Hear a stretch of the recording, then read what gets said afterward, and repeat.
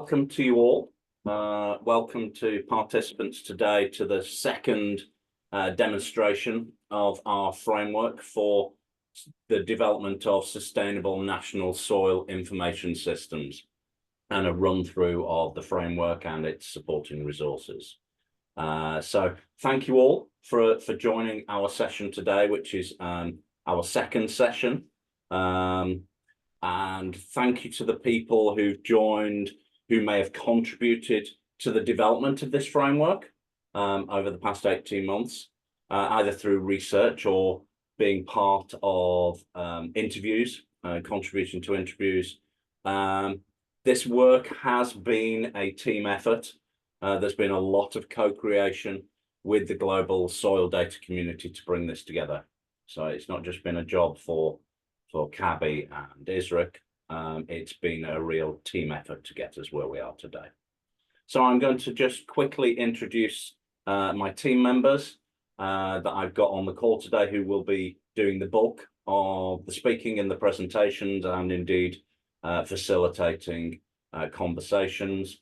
And that is on my screen in no particular order: Melissa Allen from CABI, Thaisa van der Woude from ISRIC, Mariah Coley from CABI, Alvaro Valverde from CABI, and our distinguished speaker from ZARI, Rodgers, who's going to tell you a little bit about his experiences of engaging with the framework. So today, before we get into the detail, first of all, we're going to start off with muting people. It is a slightly smaller group than we had in our session this morning. So we might unmute you at points to allow you to speak, or we might give you flexibility to unmute you, especially as we pivot into breaking out. And given the smaller numbers, oh, actually, we're now up to 23, so we may be into breakout sessions. We will certainly unmute you when we get into those breakout sessions. The meeting will be recorded and it will be published on the framework platform and on the ISRIC Academy space very soon. And all the links to that will be shared with you. You can introduce yourself in the chat box. So if you go to the bottom of your screen, you will see that there is a chat box, as you might expect to see on a Zoom call. But in addition, there is a Q&A box, which should be next to it in many screens, but in some screens, depending on how big your screen is, maybe under the section that says more.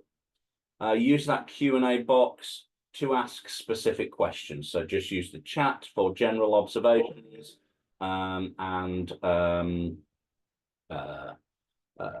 comments, to introduce yourself personally. But if you want to ask any questions about the framework, how it was developed, or that sort of detail, please use the Q&A box. Speakers, if we can, try and remember we're against the clock here. So try not to overrun. I know that some of you may be sent little reminders if it looks like we're going to overrun. So I'll just give you a quick overview of the agenda for today.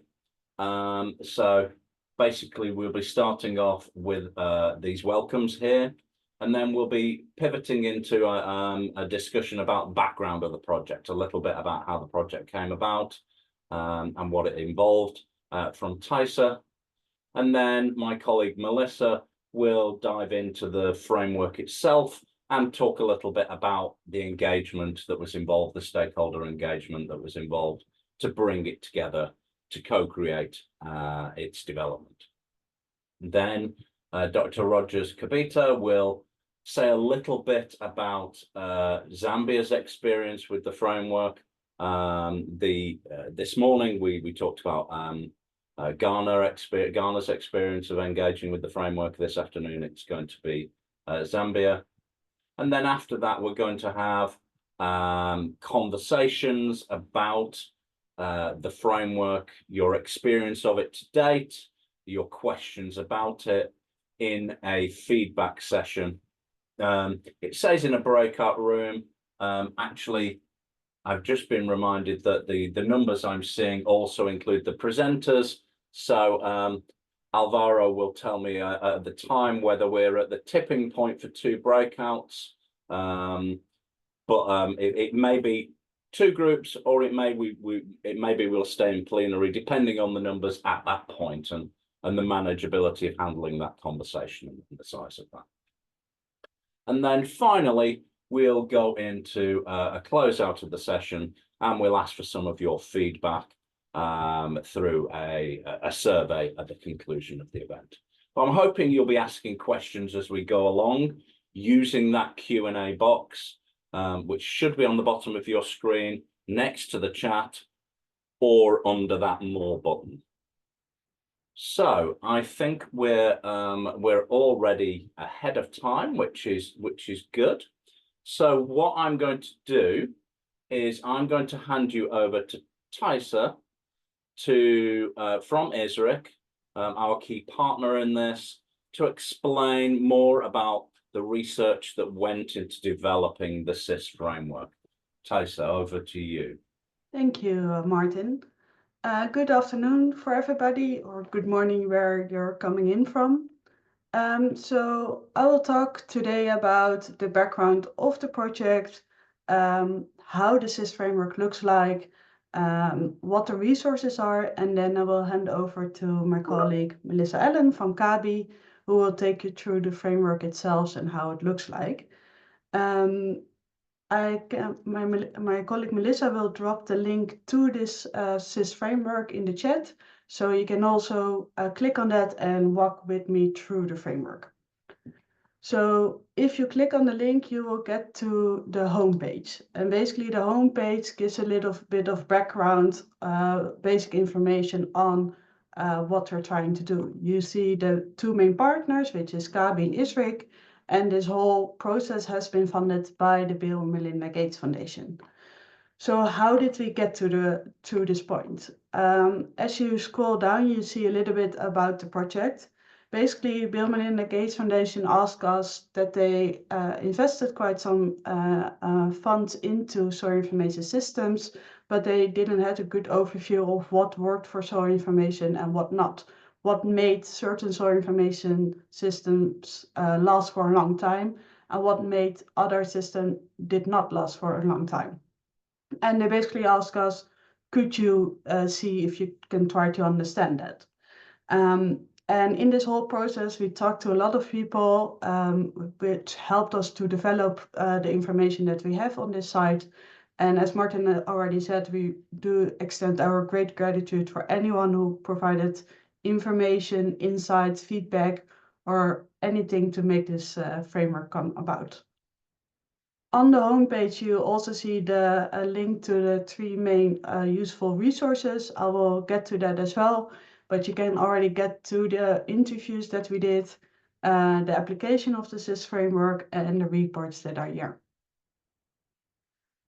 So if we go to the next step, which is the About page, and please click with me if you have it open, you will see again a bit about the team. So why is this combination of CABI and ISRIC? So CABI has previously supported Rodgers, ZamSIS, NSIS, and enabling data sharing in soil health investment. And they have a lot of experience, especially in data governance and data sharing policies. Combined with ISRIC, we are the world soil information, especially on a technical point of view. So basically, we brought together the different sides of building a soil information system. So the project itself, it had 6 main goals, which are listed here if you scroll a little bit down. So the first goal was to understand the enabling environment for developing a soil information system. As I said, we did a lot of interviews, we talked to a lot of people to get to understand this enabling environment. We interviewed 9 different countries, and their information is also available on this platform. So if you click here, it will get you to the use cases, the case studies, and there you can see all the outputs that we gathered from these interviews. So You see Australia, but also Ghana, Ethiopia, Tanzania, New Zealand, Lesotho, United States, Rwanda, and Uganda, who really provided a lot of information to get to this point. And based out of these interviews, we wanted to build an evidence base that clarified what worked and what needed to improvement. And all these interviews, they gave us basically 4 main insights. There are now 3 listed here, but we will update this, is that you really need to understand the value model for soil data and how it contributes to the decision process. So before you start building and investing, first understand who are my end users and what do they want? And how do they get their information? And what does soil data mean for them in order to improve sustainable land management, etc. So what is the goal of providing soil information system? The second, what we gathered out of these interviews is that you should always work on already existing initiatives. So related to ongoing efforts, related on existing and legacy soil data that is already there. Don't start from scratch, because there's a lot of things happening in this field, a lot of projects happening, and probably you can work together to get the most efforts for what you want to achieve. The third insight that we had is that you need to build a long-term buy-in among national partners. We saw too often that projects are only funded for 4 years to build it, and there's not a buy-in from national partners. So the national partners should really be in the lead, and also to have funds for also the operational phase. And the ZIS champion helps with that. And what we mean with that is that there's if there's an individual that is really a pro building a soil information system, and this can also be an organization, it's more likely to have that drive to really develop it. And we saw that in countries that if that is there, then there's really a drive to start building it. And lastly, to match the technology design of the ZIS with the stakeholder needs and capacity building plans. What we saw that sometimes people want to build really sophisticated systems, but then the end users will not be able to use that system and the system was not used. So think about how your end users will use the system before you start building it. And all of these insights, we have put them together in this report, which is called the New Evidence for ZIS Development Framework. A lot of work has been done by my colleague Mariah Colley, who is here in the call today as well. So if you have any questions on that, please feel free to ask her as well. She's more than happy to answer them. Everything that we did, everything report that we built, it's openly available in this platform. So you can click on this link, and then it will open the report for you to see and to read. So this is how it looks like. So it's a long report, I won't go through it, but all of the information that we gathered is in here. Then the third goal was to establish clear guidance on technical options for developing soil data assets. And this was really part where ISRIC came about as well, and a lot of colleagues from ISRIC helped writing this report. And it gives an overview of any technical options that you can apply in building your soil information system. These are options, you don't need to do it, but it lists anything that you have there. What I can also say that it's not only ISRIC's or CABI's resources that we put in here, but really from any other organization that has good resources that we have put in here. So if you click on that, the report is openly available. You can you get to the DOI, and then you can get to the report itself. Same outline, and it gives you an overview of methods, standards, and tools. So if you have any questions, please don't hesitate to reach out.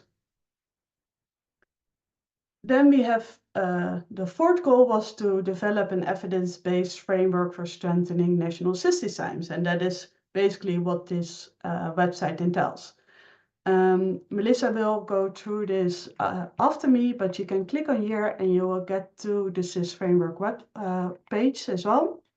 And you can also get there by clicking on the framework link above here.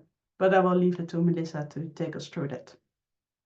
The fifth goal was to test and refine this framework by developing ZIS roadmaps in target countries.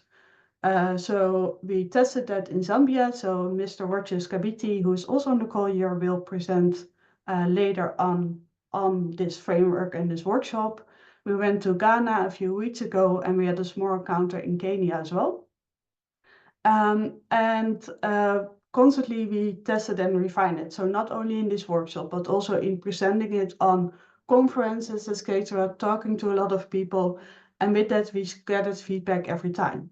And also now till today, we're still gathering feedback. So if you see anything, if you're missing anything, please let us know, because that is making us improving this ZamSIS framework.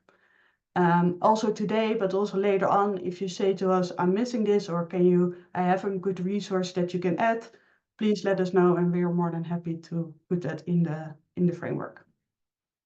And the last thing was to communicate and engage with the global soil data community. So these are the conferences that we already mentioned. So we went to the Soil Health Summit, the International Union of Soil Science Conference, and the NC conference as well. We're also engaging now with the community of practice of ISRIC, which is a community from soil scientists all over Africa that work together, and that is where we're promoting the framework as well. So this is a short overview of the 6 goals that we had in the project. And the last thing I would like to show you before we go into the framework are the 2 other tabs. So we have here the case studies. I already showed it, but if you click on this one, it will get you to the case studies reports from all the 9 countries that we interviewed. So please have a look in there. There's also links in these reports to their national soil information systems if they were up and running. So you can click on that and have a look. Also, if you want to set up a soil information to kind of have a feeling on what do I want. So you can have a look at the soil information systems that already exist to see maybe do I want to go in this direction or that direction. And the last step I will show you is the resources tab. So if you click on that one, it will bring you to 2 other resources that we have developed in this project. So you see here the technical option development. This is the evidence-based report, which I talked about as well. We also have a guide to support ZIS financial and sustainability planning, a landscape of key ZIS stakeholders, national ZIS stakeholder studies. Those are the same link that I showed just now. A guide for assessing ZIS enabling environment, the roadmap for Zambia, the roadmap for Ghana, and we have a short overview of the framework validation workshop in Kenya as well. So a lot of information is in here, especially also in the framework what Melissa will show. So we can really recommend just take it step by step, see what is in there. Because, for example, also the feedback that we got from Ghana 2 weeks ago is also already processed in this whole framework. So there's a lot of information in there, but we invite everybody to have a look at it. With that said, I would like to give the floor to my colleague Melissa to take it over. Let me share my screen again. Thank you so much, Thaisa. Again, if you have any questions, please feel free to drop it in the Q&A box and the team will be responding to that. If you're able to share your slide.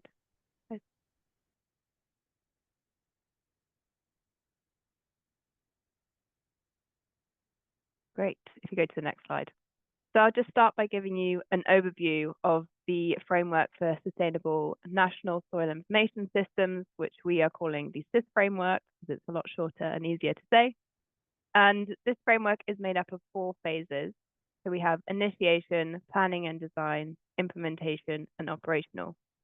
And within each of these phases, we have what we call components, which are kind of like steps, and then each made up of different activities, tools, and supporting resources.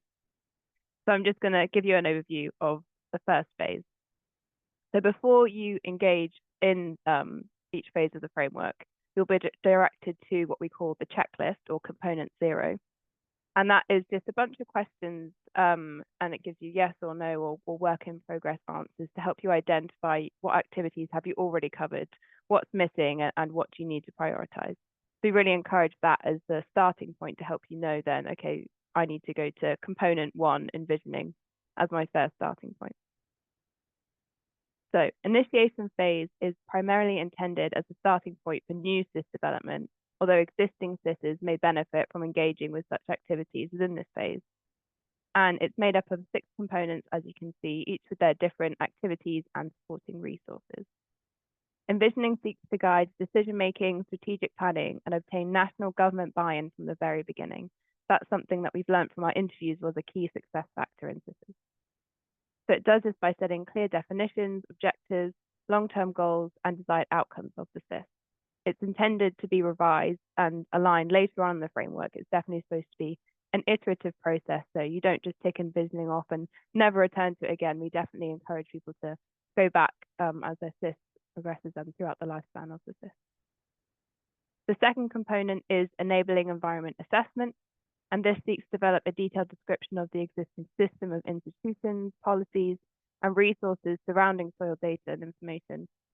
So this is basically figuring out what currently exists, what can we leverage, what can we use, and also to identify the gaps and what needs more work put into it to support the planning and development of the new SIS efforts. Then component 3 is the needs assessment, so understanding who the data users and producers are, how they interact with soil data, and what are their challenges, needs, and priorities. And then component 4 is idealized system design. So this is kind of like your wish list. If you didn't have budget constraints, what would your ideal SIS look like? And this will help you develop a detailed description of how the ideal SIS would look, operate, function, or deliver information to its users. And then after that, then you can prioritize what can actually be done now and what could be done in the future with additional resources or funding. And component 5 is partnership development and high-level financial sustainability plan. So this is really identifying who are the institutions or stakeholders that you want to bring on board and who should be included in which phase and which components or activities in the SIS development process, and helps you kind of outline what you think their roles and responsibilities should be, establishing partnership terms. And then also with the high-level financial sustainability plan, it's thinking about who can fund, which phase of the SIS development, and in the long run, how will the SIS be funded, and how can we grow the SIS as well. And then component 6 is ready to move forward. So this is really assessing everything you've done so far, determining what the priority actions are, is there more information you need to seek out, and developing your work plan and your budget proposal, and aligning stakeholders together and really asking, are we ready to move into the next phase, or do we need to return to different activities in these components? And then moving into the next phase is planning and design. So this is really about developing your data strategy, which is based on the FAIR data principles. And a lot of this will be drawing on the FAIR process framework, which CABI has developed, and that will be launched in November, and that will be embedded within the SIS framework. So if you're looking at the website right now, you may see reference to FAIR process framework. There's no links there currently, but we'll be adding those next month, which is really exciting. And then we move into the system architectural design. So that's drawing on that idealized system design brainstorm and the needs of your users, and really building that design plan. And then 9 is the organizational and financial sustainability plan. So that's again drawing on that partnership and high-level financial sustainability plan that you drafted in the initiation phase, and making it more concrete, identifying who can do exactly what are the capacities and expertise that we need to plan for in the future. So just making it really concrete. And again, we encourage you to go back to your financial sustainability plan as you progress through your SIS development, and as the SIS project finishes, and as it is launched and deployed into the public space. And then again, we finished with the key decision component, which is exactly the same as the initiation, assessing what's been done already, what are the gaps, do we need to return, go back to the initiation phase at any point, or are we ready to move forward into implementation? So the implementation phase is composed of 3 components and intends to take the user through an iterative cycle for the build of the system. It mostly focuses on the capacity and skills of the operators and ensuring the SIS is functional and that it meets the user's needs.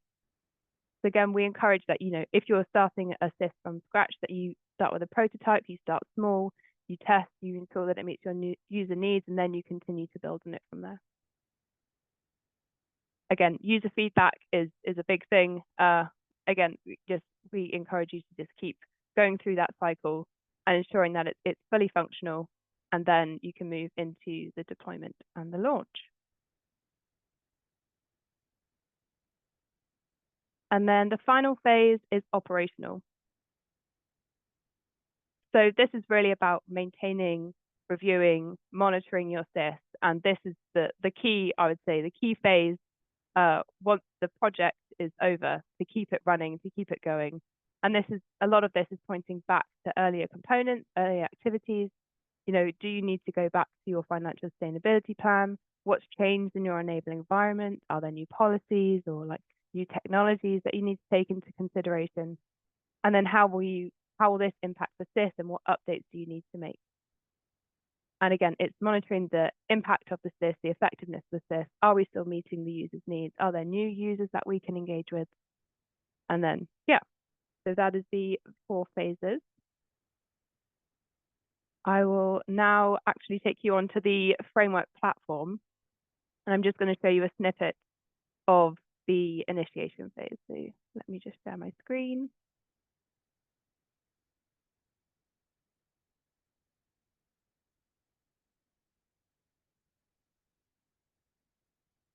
Great, I hope you can see that okay. So as Thaisa said, we have this start here for the framework. This just gives a bit of background and describes our participative approach and how we develop the framework, and how we also are really implementing the fair data principles throughout it. That's a key element to the framework. So as you scroll down, it just describes who the SIS is for. And we follow a multi-stakeholder engagement approach. It's for anyone in the soil community who's interested in developing or funding a SIS, or anyone who'd like to improve their existing SIS.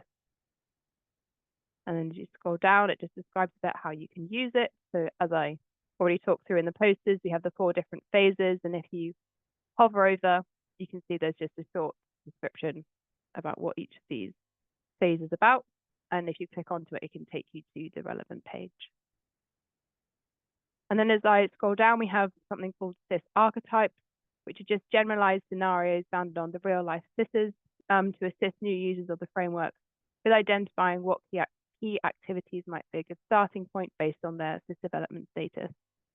So it's just to help, if you read through the different descriptions of each of the archetypes, can you resonate with archetype 1, archetype 2? And then if I scroll further down, this section will explain, what are the goals of archetype 1? Here's a description about it. And we recommend, if you resonate most with archetype 1, that you start from component 1. Great. And I will also just briefly show you the checklist or component 0 I was referring to, which you can download and add your answers to here. You can also make notes. Again, this is all available on the framework platform. So now I'll just briefly take you to initiation phase. Each phase page is laid out exactly the same. So we have just a short description about what the initiation phase is about, what it entails. And then we have a reminder to go back to the archetypes and go back to that checklist to ensure you're starting from the right point. And then each of the components that I talked you through are laid out as such.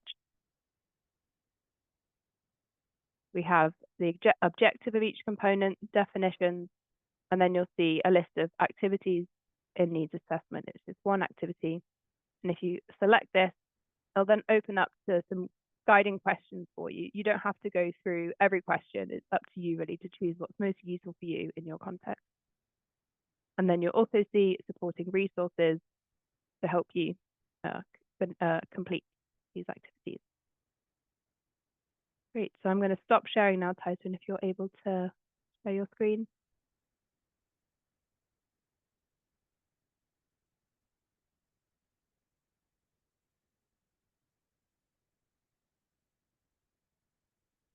Perfect. Yeah, so as we've mentioned, one of the ways we tested this framework was through what we call roadmap development workshops. And we did that in Zambia earlier this year and also Ghana a couple of weeks ago. And so without further ado, I'd like to pass on to Mr. Rodgers Kabiti from ZARI, Zambia Agricultural Research Institute. And he is responsible for coordinating soil research in ZARI and is the focal point for Soil Further, FAO's project in the Ministry of Agriculture.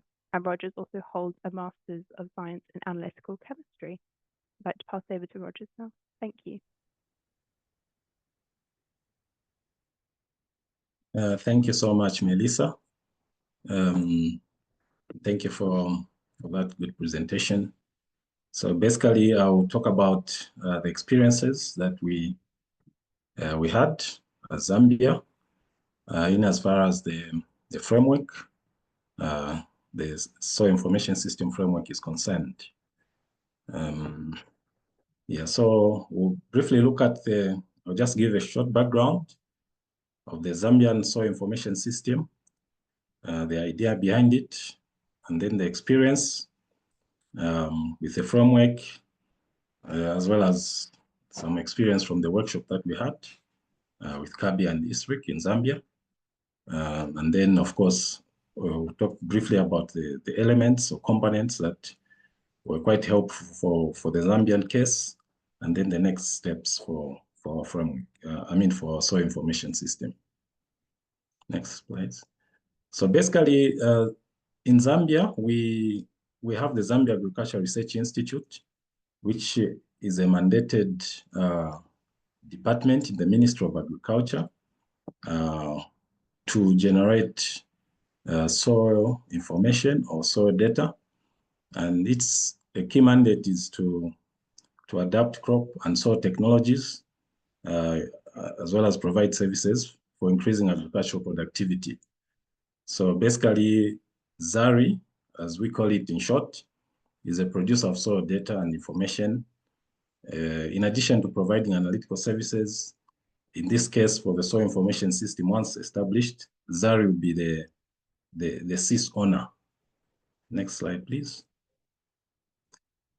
So basically, ZARI, working with partners, is intending to develop a soil information system.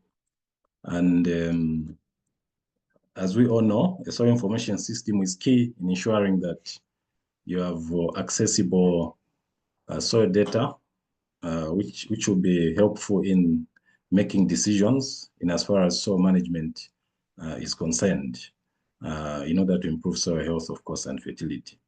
So in the Zambian case, when we had the workshop organized by CABI and ISRIC, as we went through the framework, it was revealed that our soil information is basically fragmented, and it's most of it. A lot of work has been done to collect soil data from as way back as the 1960s, but most of that information is in hard copy form and scattered. Some of it is on laptops and things like that. So a need was identified through the SIS framework workshop to consolidate the soil legacy data. And that process has actually started. So we also appreciated the need for updating and digitizing soil information, seeing that we had it scattered all over the place. So the framework already indicated, gave us that light that we needed to start doing that. Next, please. So basically for Zambia, the SIS framework workshop came at the right time, because we were also fortunate that at the same time we are receiving some support from the US government through the Food and Agriculture Organization, FAO, to do a soil map for the whole country. And one key goal was to ensure that we optimize fertilizer use efficiency as one of the outputs from the soil mapping. So there are several initiatives that we have in the country, one of which is the soil fair or soil mapping for resilient agri-food system, being supported by FAO. And we have also International Fertilizer Development Center doing a project called Soil Space to Place, which will also be collecting soil data. And then we've had also other initiatives that are also moving in the direction of collecting soil data. Of course, the ZamSIS framework also coming at the right time to help us sort of put our roadmap in order. So our key partners, like I mentioned, are FAO. Then we have the Smart Zambia Institute, which is a government agency that is mandated to manage information and communication technology in all government departments. Then, of course, we've been working with the University of Zambia also. And then the Ministry of Agriculture has a new department, an ICT department, which works hand in hand with Smart Zambia on all matters to do with information management or information technology. And of course, CABI and ISRIC, our all-weather partners to help us move on that direction. Next, please. So basically, through the workshop that we had in Zambia, we appreciated the fact that the framework was quite easy to follow. It was quite insightful. And looking at the structure, like Melissa has indicated and Thaisa, the structure is very easy to follow, and we were able to clearly see or explore the Zambian soil information system landscape. And at least our mind became clear as to what exactly we're supposed to do at what stage. So there was clarity that was provided. And indeed, as we move, we were able to get guidance on the soil information development. So through the workshop also, we were at least given an opportunity to strengthen bonds with our partners. So during the workshop, our partners like Smart Zambia, University of Zambia, we came together and were able to appreciate and get some insights in the framework and on how we can develop our soil information system for the country. So through the workshop, the framework workshop, we identified some gaps, several gaps, among which, like I earlier mentioned, our soil information system development is still in its infancy, and it was not properly defined. Of course, the intentions were there, the plans were there, but the roadmap was not clear. So, and also in terms of regulatory framework, it was reviewed through the workshop that I think Zambia lacked clear policies on data sharing, particularly soil data sharing. So, and also an absence of a business model and sustainability plan for soil information system was another gap that was also identified. So using the framework, Zambia was able now to develop a roadmap for developing a soil information system. Next, please. So basically, we appreciated from the same framework. I will mention 3 components that were very key. Of course, there were a lot of other aspects that we were able to be used to at least to clarify or guide our path towards developing a ZamSIS. So the first one was the envisioning component, which Melissa ably explained. So for Zambia, it's now easy for us to define or refine the Zambia soil information system, which was a bit cloudy in terms of what we were supposed to do at what stage. So we'll be able to refine it now, and already we have ideas now on how to create a business model for ZamSIS, which we can easily design under this same component of envisioning. The second component of enabling environment for Zambia also brought to light the fact that we had several stakeholders and partners that we could work with in developing the soil information system. And their roles also and responsibilities were clearly identified and defined. So as Zambia, we know which partners now and which stakeholders that we can easily sit with and assign responsibilities.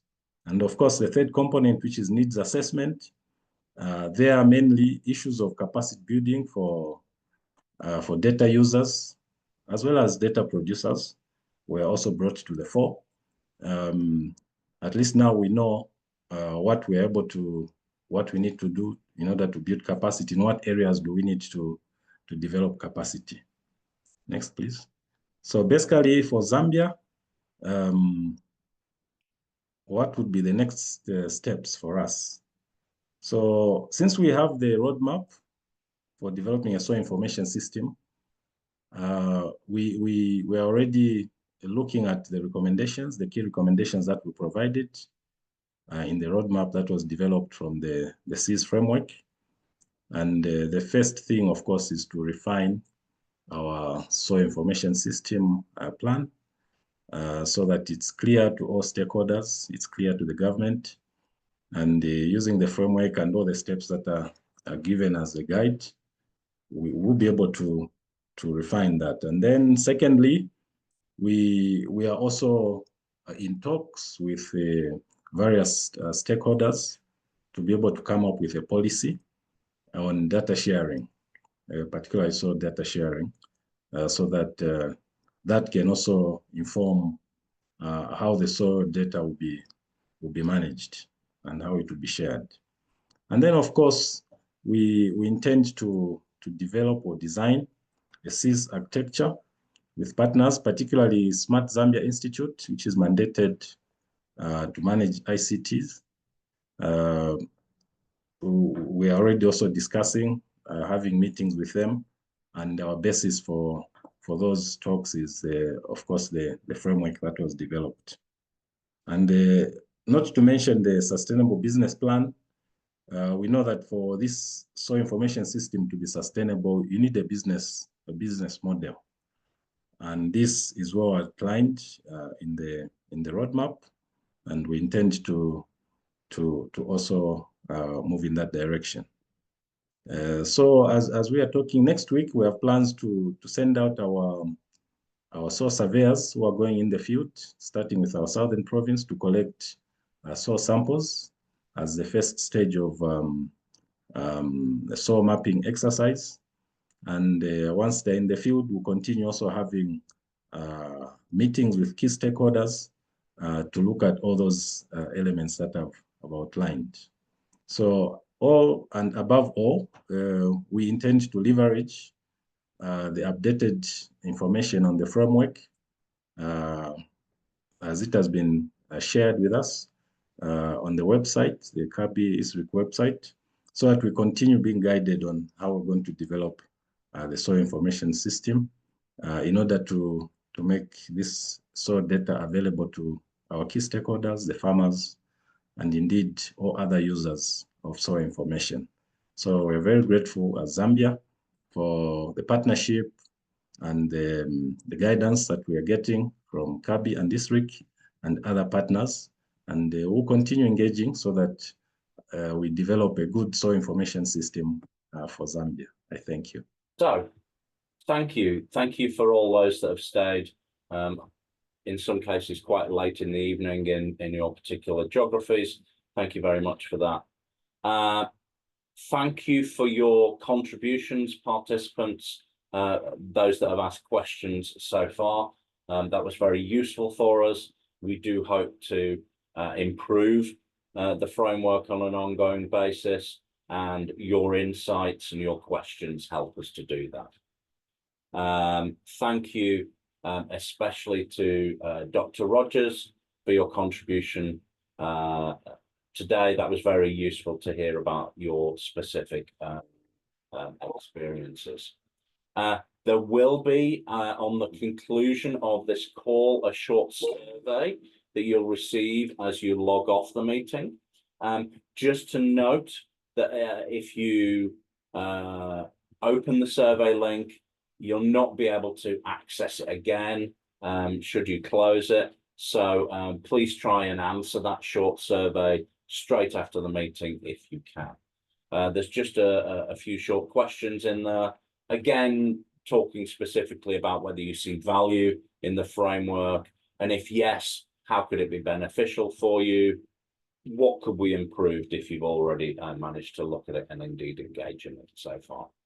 Do you have any further feedback on the framework and the platform itself and the website and how that looks? I hope you will have had chance to look at it just briefly. And then finally, are you interested in having a CIS roadmap development workshop? I think we had at least 6 or 7 participants on the call earlier that said that they would be interested in engaging with the framework around a workshop. If so, then do let us know and we can reach out to you and talk about how that might become a reality, recognizing that we need to go out and see some budget on that. So, and then finally, I think, you know, if you've got any further questions, having gone away, looked at the framework in some detail, and you want to, you know, ask us any questions either about the framework or to have more detail about workshops, then do please reach out to us in an email. So if you can, Melissa, just paste that email address into the chat so that people can see where to reach out to. It is fair@cabi.org, and somebody from the team will get back to you, and if there are any questions also for our ISRIC colleagues, we'll make sure that they are shared with you. So if there's no further comments from the team, I will say my final thanks and close for today. We finish early. Thank you very much.